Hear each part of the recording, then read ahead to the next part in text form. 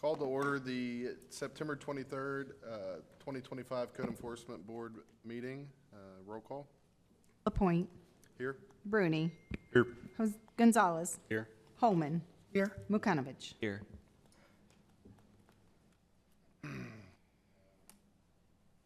For a motion to approve the minutes for August 26th. Motion. Second. Gonzalez, Holman. Roll call. LaPointe. Yes. Bruni. Yes. Gonzalez. Yes. Holman. Yes. Mukanovich. Yes. All right, if the staff can stand and be sworn in. Do you swear to tell the truth, the whole truth, and nothing but the truth, so help you God? All right, moving to agenda item 2024-47. Agenda item 2025-47 is for code compliance. This is an appeal for a citation for case number 2025-1745 for citation number 2025-2798.8 with a citation fine in the amount of $156.04 for the property located at 586 Moss Creek Avenue. The owner is JWL Rental and Property Management LLC. The respondent is Zhilong Wang, and Officer McKenna Tabor will present the case. The case was the result of a proactive inspection that was conducted on March 6th of 2025. During the initial inspection, the following violation was observed for a damaged accessory structure. An NOV was sent to the PVA listed owner and address on that date with the compliance inspection date of April 7, 2025. And that's the photos from that original inspection. On April 24th, the property was inspected and remained in violation. Research was conducted to attempt to locate a phone number for the owner, and a potential number was found and contact was attempted. On May 16th, the property was inspected and remained in violation. A door hanger was posted at the residence requesting contact from either the tenants or the property owner. On June 6th, the tenant reached out and provided the same contact information that staff had originally located and attempted contact, and contact was again attempted with the property owner. On June 25th, August 11th, and August 29th, the property was inspected and remained in violation, and contact was attempted with the property owner. Each date and all attempts were unsuccessful.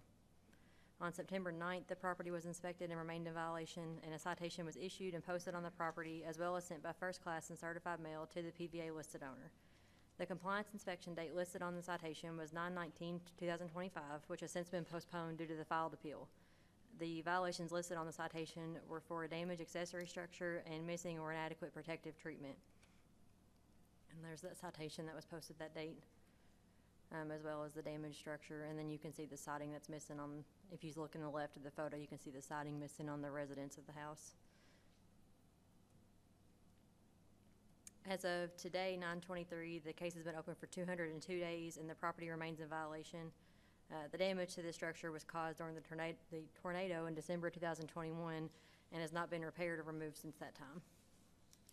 And those are the photos from today, and you can see the violations still remain on the property. Respondent. Here is Mr. Wang.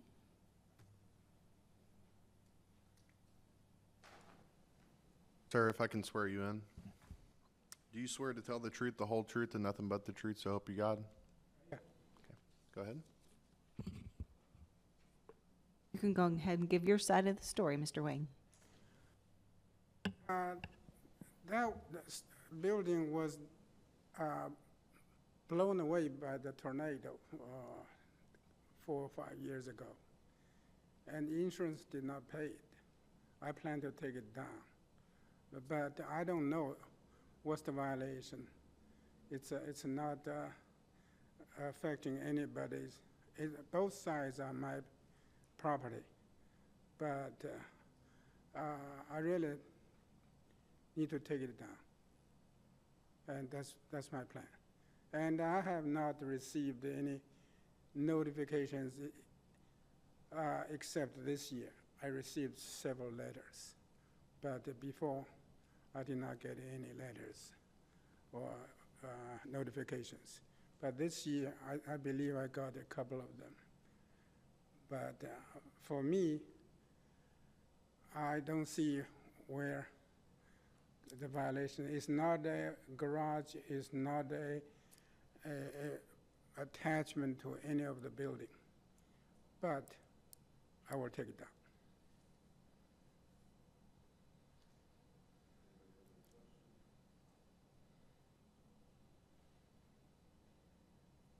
Do you have a timeline of when you're going to take it down? They say? Do you have a timeline, or do you have a contractor already in mind, or? I myself is a contractor. Okay, and I can take it down as soon as I find, I think this, the city trying to find some volunteer to help me, but it's a church, I believe. Somebody, I don't know his name, called me and said they are not going to help me. But as soon as I find a help, I'll take it down, probably within the next month. That's my plan, to take it down. We have contacted an agency. They have declined to do the job, but we are in the process of contacting a different agency. That'll probably happen tomorrow to see if they will be willing to do the job. Is there a reason that they declined? I mean, As he said, it was a church organization, and they felt that it was not the type of work that they wanted to do. Had it been the tenant that called, they probably may have gone ahead and done it, but since it was a landlord, they felt that it was not what they were, and would not be their intended purpose, would be to help the person that lives there rather than the landlord. Officer Tabor, it's a violation because it's unsightly and in disrepair, is that right? That's correct, and it's been that way for a long time now. Yeah.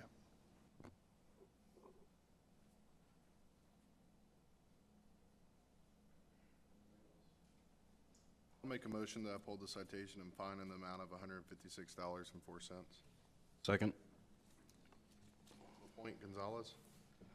Roll call. LaPointe. Bruni. Yes. Gonzalez. Yes. Holman. Yes. Mukanovic. Yes. Okay. So, she'll have your citation for you. Does he just get that after the meeting, or you get that now?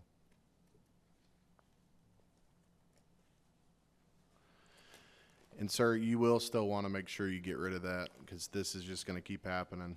So just make sure you take care of that building. Okay? Plan to take it down. All righty.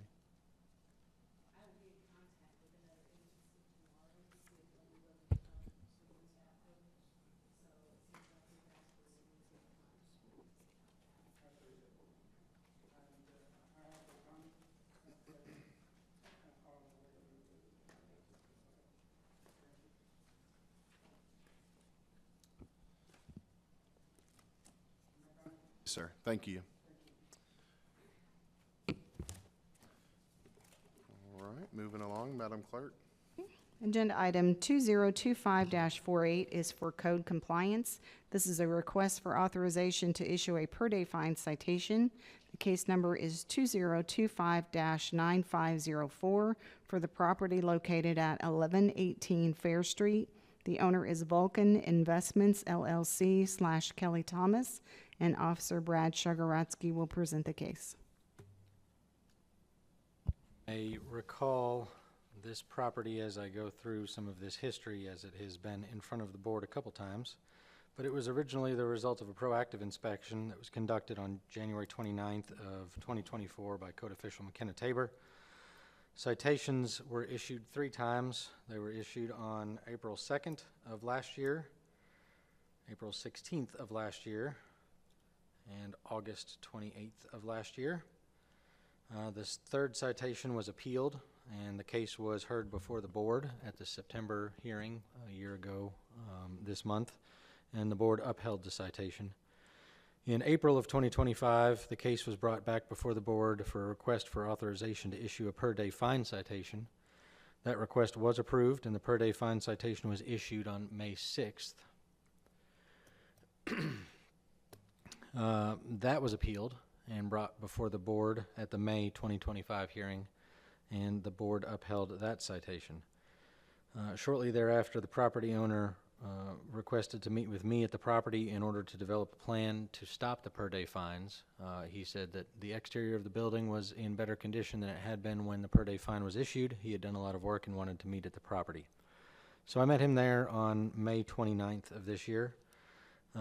During that inspection, it was observed that the roof and ceiling had collapsed in what had appeared to be several of the rooms. So looking through the windows, I wasn't inside the house, but looking through the windows, the majority of the interior of the house has the contents of the ceiling and roof that were there before he replaced the roof. The entirety of the structure appears to be unlivable, and it did not appear that any work had commenced to renovate or repair the interior of the dwelling whatsoever. The exterior was, in fact, mostly painted and secured. So Mr. Thomas and I discussed a couple plans and took a long period of time to come up with a way to stop the per-day fines with some agreements. So number one was he was going to contact his bank that same day and try to get a construction loan going. He had some other projects he was working on at the time, so he was going to at least try to get the loan process going so that once he was ready to renovate the interior of this property, that money would be available. In addition, we agreed that one of the 4 following conditions would take place prior to August 1st, and this was agreed to between he and I. It's not just unilateral, like we came up with this plan together. One of the 4 would occur prior to August 1st. The building would be demolished since he still has an active demolition permit on the property. The building would be sold to another owner. The building would be renovated and made livable and open for inspection by our agency, where the property would have substantial and documentable progress towards renovation and compliance. So something that is tangible that we can, say is more than just putting paint on the outside. The property owner verbally agreed to this plan on site, and then, as you'll see here, a series of emails. So this is the actual email. It's a little hard to read, so I've transposed it here. But this is the email that was sent the day of the meeting on May 29th, and again, it has those 4 plans. Additionally, it says that he agrees to go by the property at least once a week, either between that time or when any of that above listed work was to begin, and manage the property to make sure that it's mowed and free of code violations. You may recall this is the one where homeless individuals were sleeping on a couch in the back under a sheet. So under that agreement, we agreed to stop the per-day fine that day as long as those conditions were met.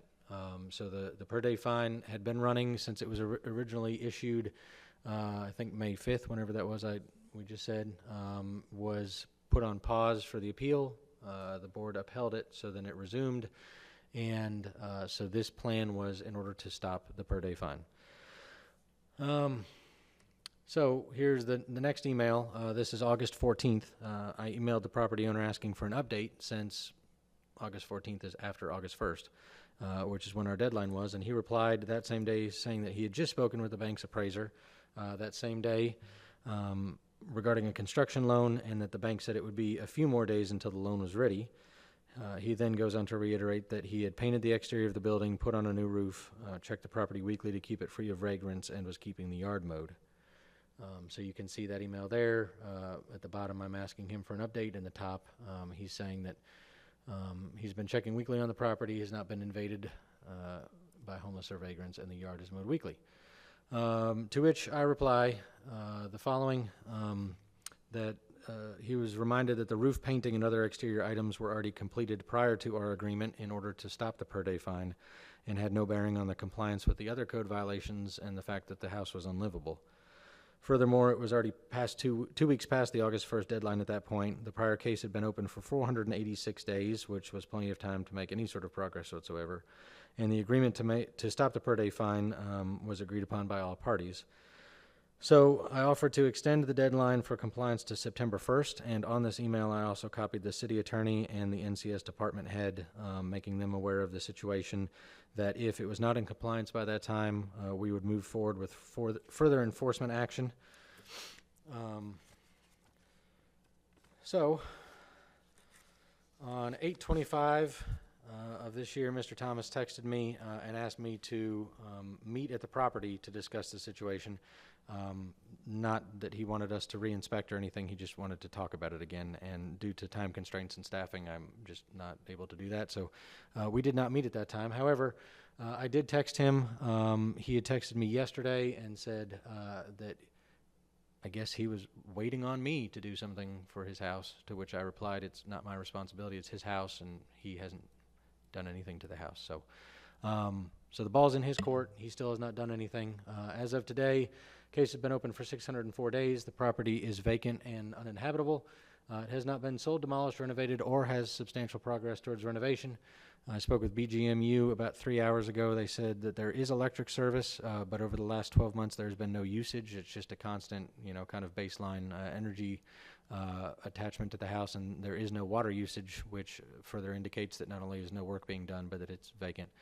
And so, really, at this point, we're just asking for authorization to issue another per-day fine citation in order to try to motivate compliance.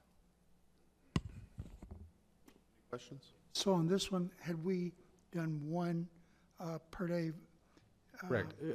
But it did not run the full 60 days. But Right. yes, the board authorized one, we issued one, he appealed it, it was upheld, and it ran for 20 days, I think. So about $2,000 worth of per day So fines. that one's closed. That one is and now we're- closed. Okay. Yes, okay. and this would be a new per day fine, correct. And in fact, to answer that question even more thoroughly, is that was on Officer Tabor's case, which was a 2024 case number and had the series of 3 citations and the per day fine.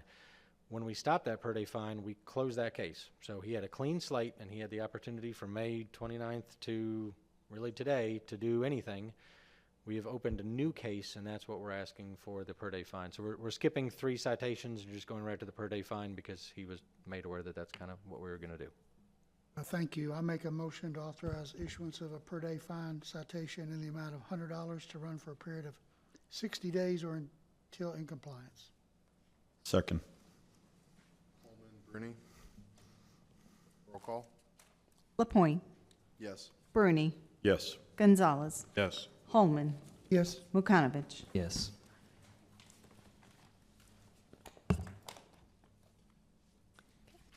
Agenda item 2025-49 is for zoning compliance.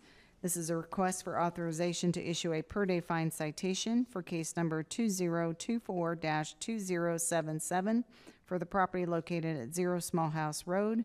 The owner is Angela Bryan, and Officer James Hetty will present the case. Thank you. Good evening. This one's reference to the rock, unapproved gravel that's still present. Back in May, I don't know if you recall, but we had this second per day fine that started in May. And as of today, it's still not in compliance. And it is, let's see, 778 days out of compliance.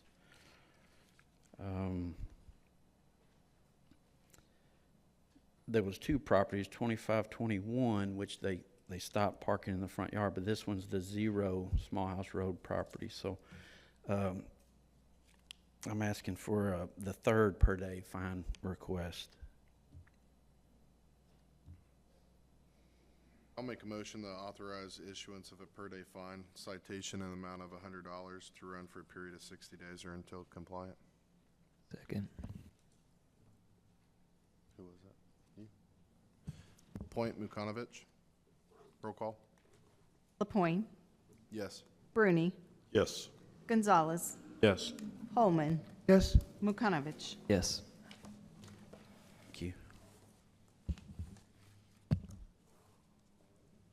One more agenda item, 2025-50 is for the Code Enforcement and Nuisance Board hearing. Staff is requesting the board to consider moving the October hearing from Tuesday, 10/28 to Monday, 10/20, due to several staff being out of town for a national code enforcement conference. Motion? Second. LaPointe, Holman. Roll call? LaPointe, Yes. Bruni, Yes. Gonzalez, Yes. Holman, Yes. Mukanovich. Yes. comments or announcements. Other than that, motion to adjourn. Second? LaPointe, Holman, roll call. Lapointe, Yes. Bruni, Yes. Gonzalez, Yes. Holman, Yes. Mukanovic.